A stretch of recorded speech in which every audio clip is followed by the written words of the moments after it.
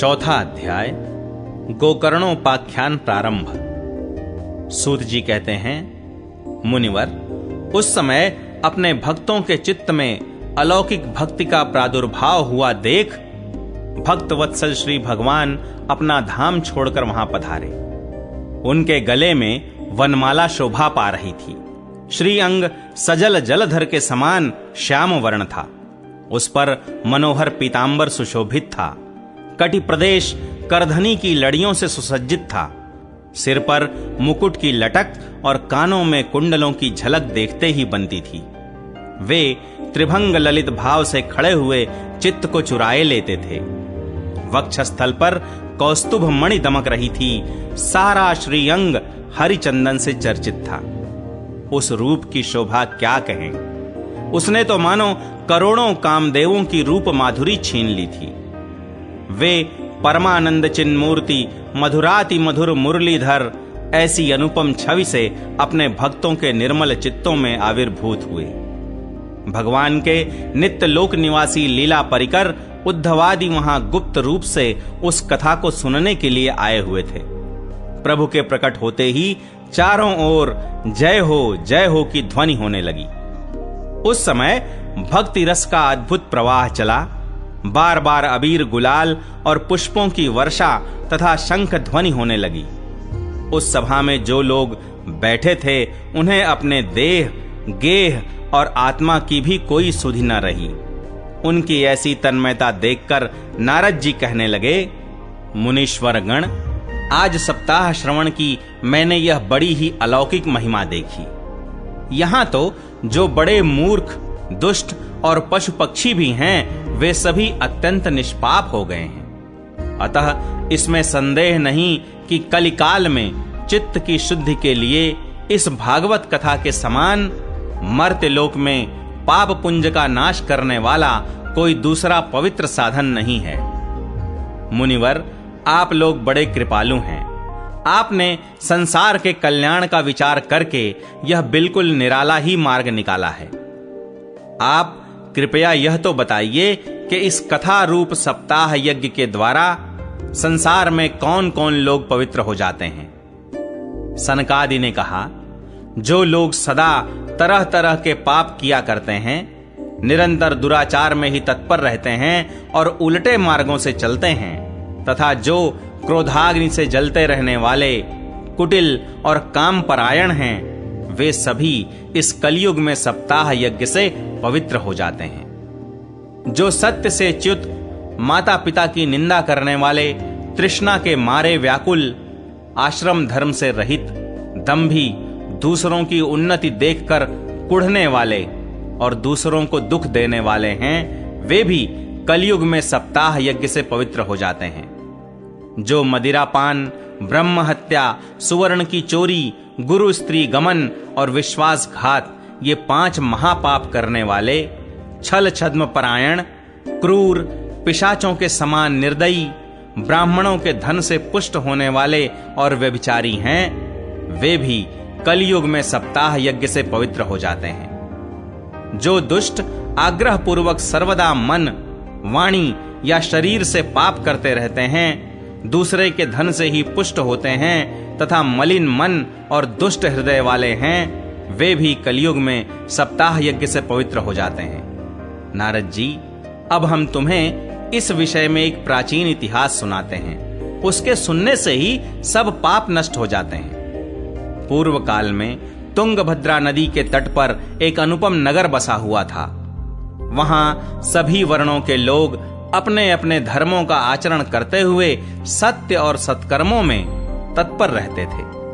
उस नगर में समस्त वेदों का विशेषज्ञ और श्रौत स्मार्त कर्मों में निपुण एक आत्मदेव नामक ब्राह्मण रहता था। वह साक्षात दूसरे सूर्य के समान तेजस्वी था। वह धनी होने पर भी भिक्षाजीवी था। उसकी प्यारी पत्नी धुंधुली कुलीन एवं सुंदरी होने पर भी सदा अपनी बात पर अड़ जाने वाली थी। उसे लोगों की बात करने में सुख मिलता था। स्वभाव था क्रूर, प्रायः कुछ न कुछ बकवाद करती रहती थी। गृह कार्य में निपुण थी, कृपण थी और थी झगड़ालू भी। इस प्रकार ब्राह्मण दंपति प्रेम से अपने घर में रहते और विहार करते थे। उनके पास अर्थ और भोग विलास की सामग्री बहुत थी। घर द्वार भी सुंदर थे, परंतु उससे उन्हें सुख नहीं था। जब अवस्था बहुत ढल गई, तब उन्होंने संतान के लिए तरह तरह के पुण्य कर्म आरंभ किए और वे दीन दुखियों को गौ, पृथ्वी, सुवर्ण और वस्त्रादि दान करने लगे। इस प्रकार धर्म मार्ग में उन्होंने अपना आधा धन समाप्त कर दिया, तो भी उन्हें पुत्र या पुत्री किसी का भी मुख देखने को न मिला। इसलिए अब वह ब्राह्मण बहुत ही चिंतातुर रहने लगा। एक दिन वह ब्राह्मण देवता बहुत दुखी होकर घर से निकलकर वन को चल दिया। दोपहर के समय उसे प्यास लगी, इसलिए वह एक तालाब पर आया। संतान के अभाव के दुख ने उसके शरीर को बहुत सुखा दिया था, इसलिए थक जाने के कारण जल पीकर वह वहीं बैठ गया। 2 घड़ी बीतने पर वहां एक सन्यासी महात्मा आए। जब ब्राह्मण देवता ने देखा कि वे जल पी चुके हैं, तब वह उनके पास गया और चरणों में नमस्कार करने के बाद सामने खड़े होकर लंबी लंबी सांसें लेने लगा। सन्यासी ने पूछा, कहो ब्राह्मण देवता, रोते क्यों हो? ऐसी तुम्हें क्या भारी चिंता है? तुम जल्दी ही मुझे अपने दुख का कारण बताओ। ब्राह्मण ने कहा, महाराज, मैं अपने पूर्व जन्म के पापों से संचित दुख का क्या वर्णन करूं? अब मेरे पितर मेरे द्वारा दी हुई जलांजलि के जल को अपनी चिंता जनित सांस से कुछ गर्म करके पीते हैं। देवता और ब्राह्मण मेरा दिया हुआ प्रसन्न मन से स्वीकार नहीं करते। संतान के लिए मैं इतना दुखी हो गया हूं कि मुझे सब सूना ही सूना दिखाई देता है। मैं प्राण त्यागने के लिए यहां आया हूं। संतानहीन जीवन को धिक्कार है, संतानहीन गृह को धिक्कार है, संतानहीन धन को धिक्कार है और संतानहीन कुल को धिक्कार है। मैं जिस गाय को पालता हूं वह भी सर्वथा बांझ हो जाती है। जो पेड़ लगाता हूं उस पर भी फल फूल नहीं लगते। मेरे घर में जो फल आता है वह भी बहुत जल्दी सड़ जाता है। जब मैं ऐसा अभागा और पुत्रहीन हूं, तब फिर इस जीवन को ही रखकर मुझे क्या करना है? यूं कहकर वह ब्राह्मण दुख से व्याकुल हो उन सन्यासी महात्मा के पास फूट फूट कर रोने लगा। तब उन यतिवर के हृदय में बड़ी करुणा उत्पन्न हुई। वे योगनिष्ठ थे। उन्होंने उसके ललाट की रेखाएं देखकर सारा वृत्तांत जान लिया और फिर उसे विस्तार पूर्वक कहने लगे। सन्यासी ने कहा, ब्राह्मण देवता, इस प्रजा प्राप्ति का मोह त्याग दो। कर्म की गति प्रबल है। विवेक का आश्रय लेकर संसार की वासना छोड़ दो। विप्रवर, सुनो, मैंने इस समय तुम्हारा प्रारब्ध देखकर निश्चय किया है कि 7 जन्म तक तुम्हारे कोई संतान किसी प्रकार नहीं हो सकती। पूर्व काल में राजा सगर एवं अंग को संतान के कारण दुख भोगना पड़ा था। ब्राह्मण, अब तुम कुटुंब की आशा छोड़ दो। सन्यास में ही सब प्रकार का सुख है। ब्राह्मण ने कहा, महात्मा जी, विवेक से मेरा क्या होगा? मुझे तो बलपूर्वक पुत्र दीजिए, नहीं तो मैं आपके सामने ही शोक मूर्छित होकर अपने प्राण त्यागता हूं। जिसमें पुत्र स्त्री आदि का सुख नहीं है, ऐसा सन्यास तो सर्वथा नीरस ही है। लोक में सरस तो पुत्र पौत्रादि से भरा पूरा गृहस्थाश्रम ही है। ब्राह्मण का ऐसा आग्रह देखकर उन तपोधन ने कहा, विधाता के लेख को मिटाने का हठ करने से राजा चित्रकेतु को बड़ा कष्ट उठाना पड़ा था। इसलिए दैव जिसके उद्योग को कुचल देता है, उस पुरुष के समान तुम्हें भी पुत्र से सुख नहीं मिल सकेगा। तुमने तो बड़ा हठ पकड़ रखा है और अर्थी के रूप में तुम मेरे सामने उपस्थित हो। ऐसी दशा में मैं तुमसे क्या कहूं? जब महात्मा जी ने देखा कि यह किसी प्रकार अपना आग्रह नहीं छोड़ता, तब उन्होंने उसे एक फल देकर कहा, इसे तुम अपनी पत्नी को खिला देना, इससे उसके एक पुत्र होगा। तुम्हारी स्त्री को 1 साल तक सत्य, शौच, दया, दान और एक समय एक ही अन्न खाने का नियम रखना चाहिए। यदि वह ऐसा करेगी तो बालक बहुत शुद्ध स्वभाव वाला होगा। यों कहकर वे योगिराज चले गए और ब्राह्मण अपने घर लौट आया। वहां आकर उसने वह फल अपनी स्त्री के हाथ में दे दिया और स्वयं कहीं चला गया। उसकी स्त्री तो कुटिल स्वभाव की थी ही। वह रो रोकर अपनी एक सखी से कहने लगी, सखी, मुझे तो बड़ी चिंता हो गई। मैं तो यह फल नहीं खाऊंगी। फल खाने से गर्भ रहेगा और गर्भ से पेट बढ़ जाएगा, फिर कुछ खाया पिया जाएगा नहीं। इससे मेरी शक्ति क्षीण हो जाएगी और तब बता घर का धंधा कैसे होगा।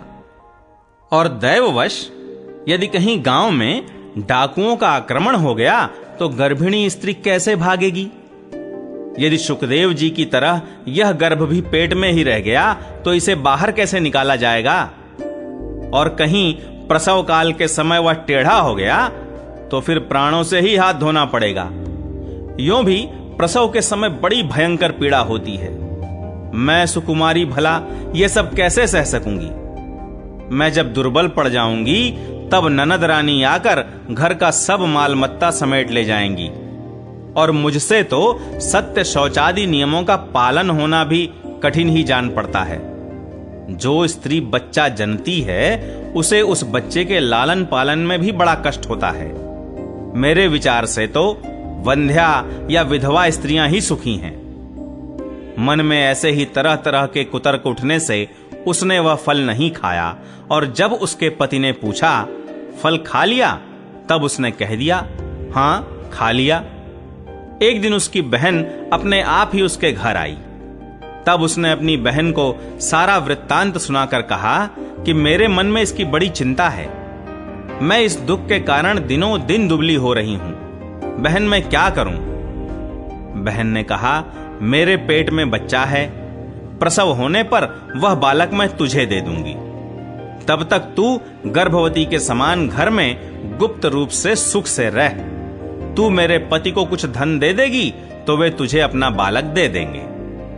हम ऐसी युक्ति करेंगी कि जिसमें सब लोग यही कहें कि इसका बालक 6 महीने का होकर मर गया और मैं नित्य प्रति तेरे घर आकर उस बालक का पालन पोषण करती रहूंगी।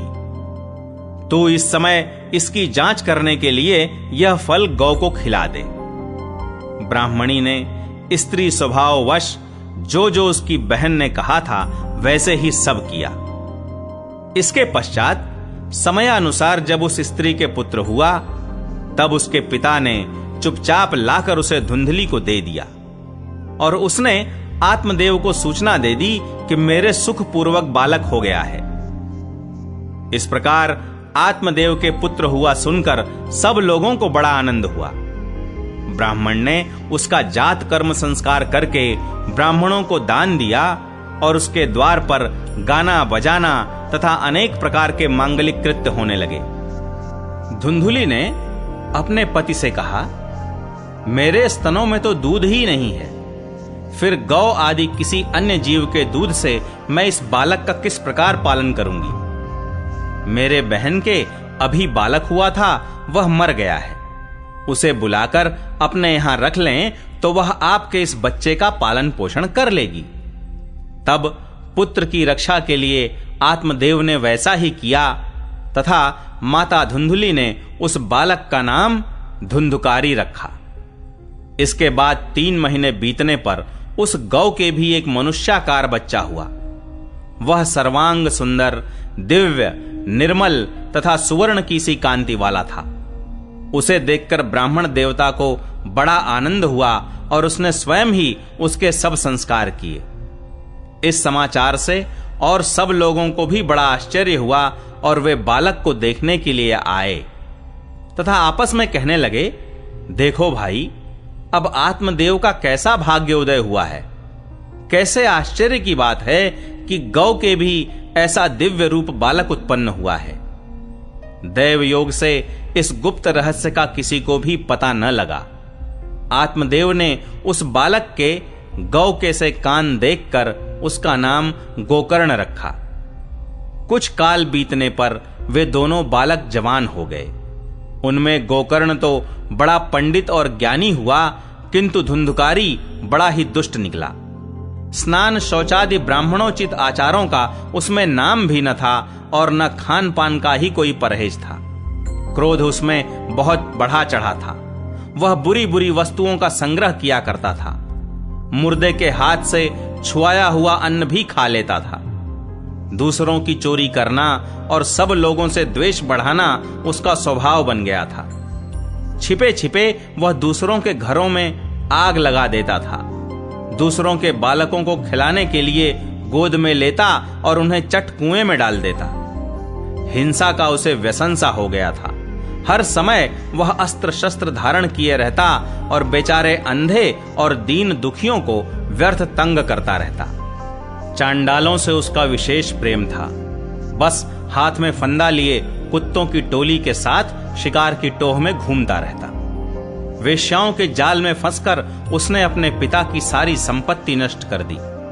एक दिन माता पिता को मार पीट कर घर के सब बर्तन भांडे उठा ले गया।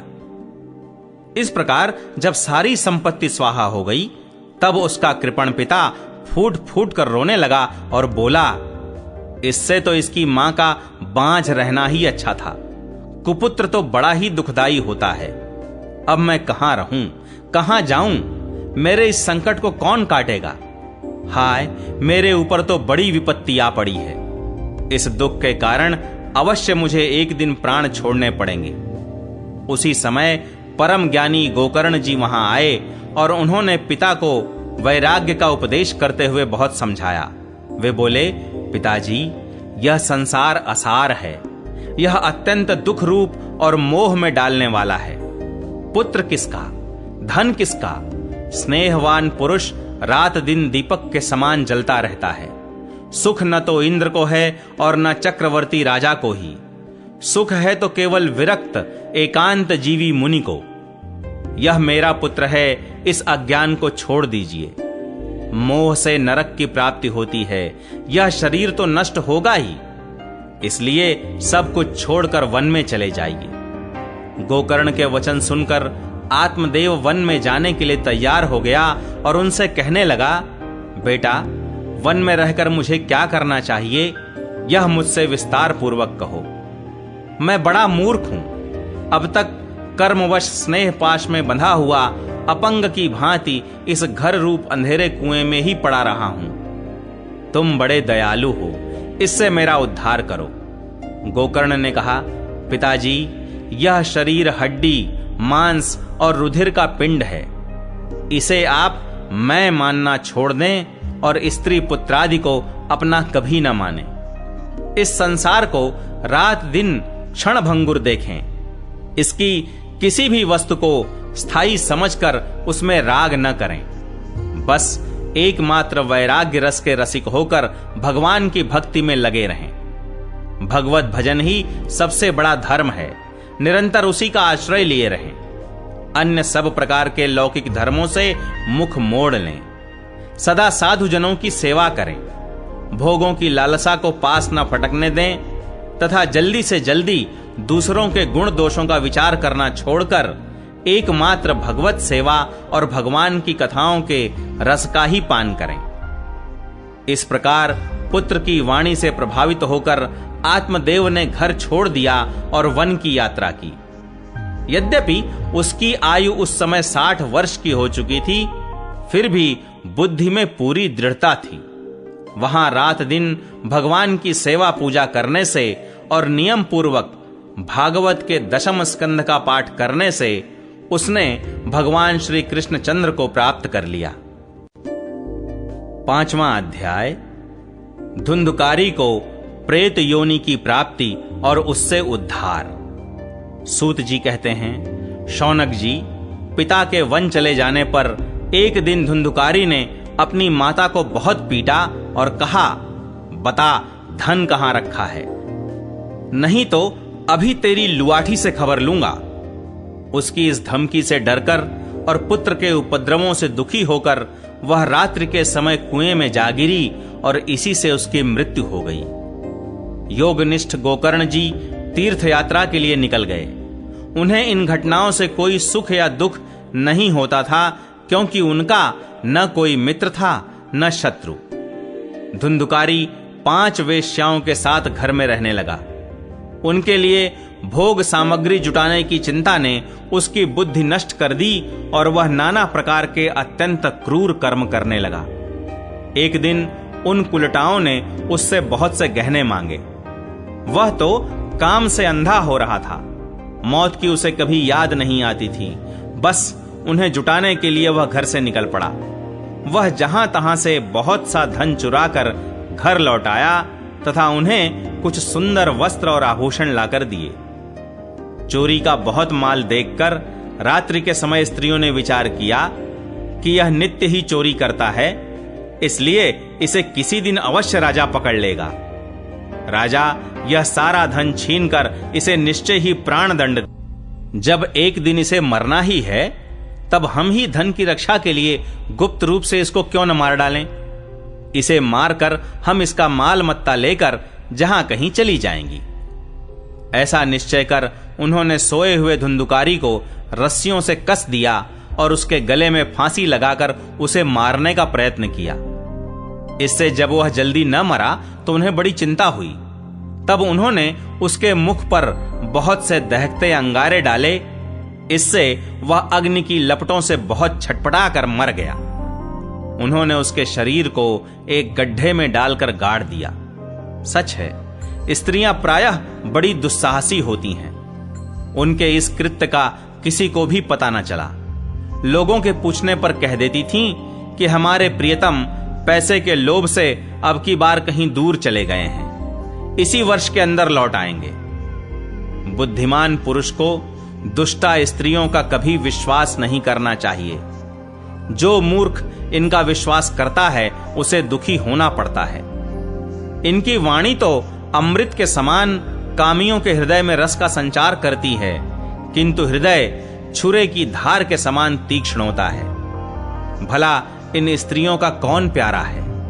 वे कुलटाएं धुंधुकारी की सारी संपत्ति समेटकर वहां से चंपत हो गईं। उनके ऐसे न जाने कितने पति थे और धुंधुकारी अपने कुकर्मों के कारण भयंकर प्रेत हुआ। वह बवंडर के रूप में सर्वदा 10 दिशाओं में भटकता रहता था तथा शीत धाम से संतप्त और भूख प्यास से व्याकुल होने के कारण हा दैव चिल्लाता रहता था, परंतु उसे कहीं भी कोई आश्रय न मिला।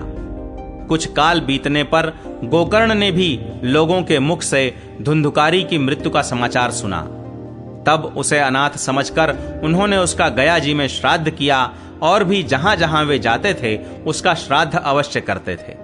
इस प्रकार घूमते घूमते गोकर्ण जी अपने नगर में आए और रात्रि के समय दूसरों की दृष्टि से बचकर सीधे अपने घर के आंगन में सोने के लिए पहुंचे। वहां अपने भाई को सोया देख आधी रात के समय धुंधुकारी ने अपना बड़ा विकट रूप दिखाया।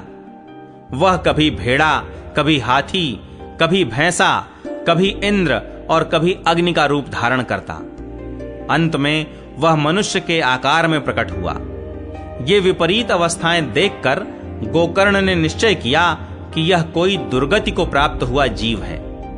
तब उन्होंने उससे धैर्यपूर्वक पूछा। गोकर्ण ने कहा, तू कौन है? रात्रि के समय ऐसे भयानक रूप क्यों दिखा रहा है? तेरी यह दशा कैसे हुई? हमें बता तो सही।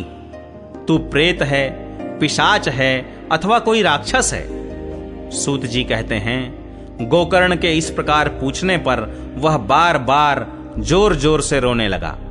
उसमें बोलने की शक्ति नहीं थी, इसलिए उसने केवल संकेत मात्र किया। तब गोकर्ण ने अंजलि में जल लेकर उसे अभिमंत्रित करके उस पर छिड़का। इससे उसके पापों का कुछ शमन हुआ और वह इस प्रकार कहने लगा। प्रेत बोला, मैं तुम्हारा भाई हूं, मेरा नाम है धुंधुकारी। मैंने अपने ही दोष से अपना ब्राह्मणत्व नष्ट कर दिया। मेरे कुकर्मों की गिनती नहीं की जा सकती। मैं तो महान अज्ञान में चक्कर काट रहा था, इसी से मैंने लोगों की बड़ी हिंसा की। अंत में कुलटा स्त्रियों ने मुझे तड़पा तड़पा कर मार डाला। इसी से अब प्रेत योनि में पड़कर यह दुर्दशा भोग रहा हूं। अब दैववश कर्म फल का उदय होने से मैं केवल वायु भक्षण करके जी रहा हूं। भाई, तुम दया के समुद्र हो, अब किसी प्रकार जल्दी ही मुझे इस योनि से छुड़ाओ। गोकर्ण ने धुंधुकारी की सारी बातें सुनी और तब उससे बोले। गोकर्ण ने कहा, भाई, मुझे इस बात का बड़ा आश्चर्य है। मैंने तुम्हारे लिए विधि पूर्वक गया जी में पिंडदान किया, फिर भी तुम प्रेत योनि से मुक्त कैसे नहीं हुए? यदि गया श्राद्ध से भी तुम्हारी मुक्ति नहीं हुई, तब इसका और कोई उपाय ही नहीं है। अच्छा, तुम सब बात खोल कर कहो, मुझे अब क्या करना चाहिए? प्रेत ने कहा, मेरी मुक्ति सैकड़ों गया श्राद्ध करने से भी नहीं हो सकती। अब तो तुम इसका कोई और उपाय सोचो। प्रेत की यह बात सुनकर गोकर्ण को बड़ा आश्चर्य हुआ। वे कहने लगे, यदि सैकड़ों गया श्राद्धों से भी तुम्हारी मुक्ति नहीं हो सकती, तब तो तुम्हारी मुक्ति असंभव ही है। अच्छा, अभी तो तुम निर्भय होकर अपने स्थान पर रहो, मैं विचार करके तुम्हारी मुक्ति के लिए कोई दूसरा उपाय करूंगा। गोकर्ण की आज्ञा पाकर धुंधकारी वहां से अपने स्थान पर चला आया। इधर गोकर्ण ने रात भर विचार किया, तब भी उन्हें कोई उपाय नहीं सूझा। प्रातःकाल उनको आया देख लोग प्रेम से उनसे मिलने आए। तब गोकर्ण ने रात में जो कुछ जिस प्रकार हुआ था वह सब उन्हें सुना दिया। उनमें जो लोग विद्वान, योगनिष्ठ, ज्ञानी और वेदज्ञ थे, उन्होंने भी अनेकों शास्त्रों को उलट पलट कर देखा, तो भी उसकी मुक्ति का कोई उपाय न मिला। तब सबने यही निश्चय किया कि इस विषय में सूर्य नारायण जो आज्ञा करें वही करना चाहिए। अतः गोकर्ण ने अपने तपोबल से सूर्य की गति को रोक दिया। उन्होंने स्तुति की, भगवन, आप सारे संसार के साक्षी हैं, मैं आपको नमस्कार करता हूं। आप मुझे कृपा करके धुंधुकारी की मुक्ति का साधन बताइए। गोकर्ण की यह प्रार्थना सुनकर सूर्यदेव ने दूर से ही स्पष्ट शब्दों में कहा, श्रीमद् भागवत से मुक्ति हो सकती है, इसलिए तुम उसका सप्ताह पारायण करो। सूर्य का यह धर्ममय वचन वहां सभी ने सुना। तब सबने यही कहा कि प्रयत्न पूर्वक यही करो। है भी यह साधन बहुत सरल। अतः गोकर्ण जी भी तदनुसार निश्चय करके कथा सुनाने के लिए तैयार हो गए। देश और गांवों से अनेकों लोग कथा सुनने के लिए आए। बहुत से लंगड़े, लूले, अंधे, बूढ़े और मंदबुद्धि पुरुष भी अपने पापों की निवृत्ति के उद्देश्य से वहां आ पहुंचे। इस प्रकार वहां इतनी भीड़ हो गई कि उसे देखकर देवताओं को भी आश्चर्य होता था। जब गोकर्ण जी व्यास गद्दी पर बैठकर कथा कहने लगे, तब वह प्रेत भी वहां आ पहुंचा और इधर उधर बैठने के लिए स्थान ढूंढने लगा। इतने में ही उसकी दृष्टि एक सीधे रखे हुए 7 गांठ के बांस पर पड़ी। उसी के नीचे के छिद्र में घुसकर वह कथा सुनने के लिए बैठ गया। वायु रूप होने के कारण वह बाहर कहीं बैठ नहीं सकता था, इसलिए बांस में घुस गया। गोकर्ण जी ने एक वैष्णव ब्राह्मण को मुख्य श्रोता बनाया और प्रथम स्कंध से ही स्पष्ट स्वर में कथा सुनानी आरंभ कर दी। सायंकाल में जब कथा को विश्राम दिया गया, तब एक बड़ी विचित्र बात हुई। वहां सभासदों के देखते देखते उस बांस की एक गांठ तड़ तड़ शब्द करती हुई फट गई। इसी प्रकार दूसरे दिन सायंकाल में दूसरी गांठ फटी और तीसरे दिन उसी समय तीसरी। इस प्रकार 7 दिनों में 7 गांठों को फोड़कर धुंधकारी 12 स्कंधों के सुनने से पवित्र होकर प्रेत योनि से मुक्त हो गया और दिव्य रूप धारण करके सबके सामने प्रकट हुआ। उसका मेघ के समान श्याम शरीर पीतांबर और तुलसी की मालाओं से सुशोभित था तथा सिर पर मनोहर मुकुट और कानों में कमनीय कुंडल झिलमिला रहे थे। उसने तुरंत अपने भाई गोकर्ण को प्रणाम करके कहा, भाई, तुमने कृपा करके मुझे प्रेत योनि की यातनाओं से मुक्त कर दिया। यह प्रेत पीड़ा का नाश करने वाली श्रीमद् भागवत की कथा धन्य है तथा श्री कृष्ण चंद्र के धाम की प्राप्ति कराने वाला इसका सप्ताह पारायण भी धन्य है। जब सप्ताह श्रवण का योग लगता है, तब सब पाप थर्रा उठते हैं कि अब यह भागवत की कथा जल्दी ही हमारा अंत कर देगी। जिस प्रकार आग गीली, सूखी छोटी बड़ी सब तरह की लकड़ियों को जला डालती है, उसी प्रकार यह सप्ताह श्रवण मन, वचन और कर्म द्वारा किए हुए नए पुराने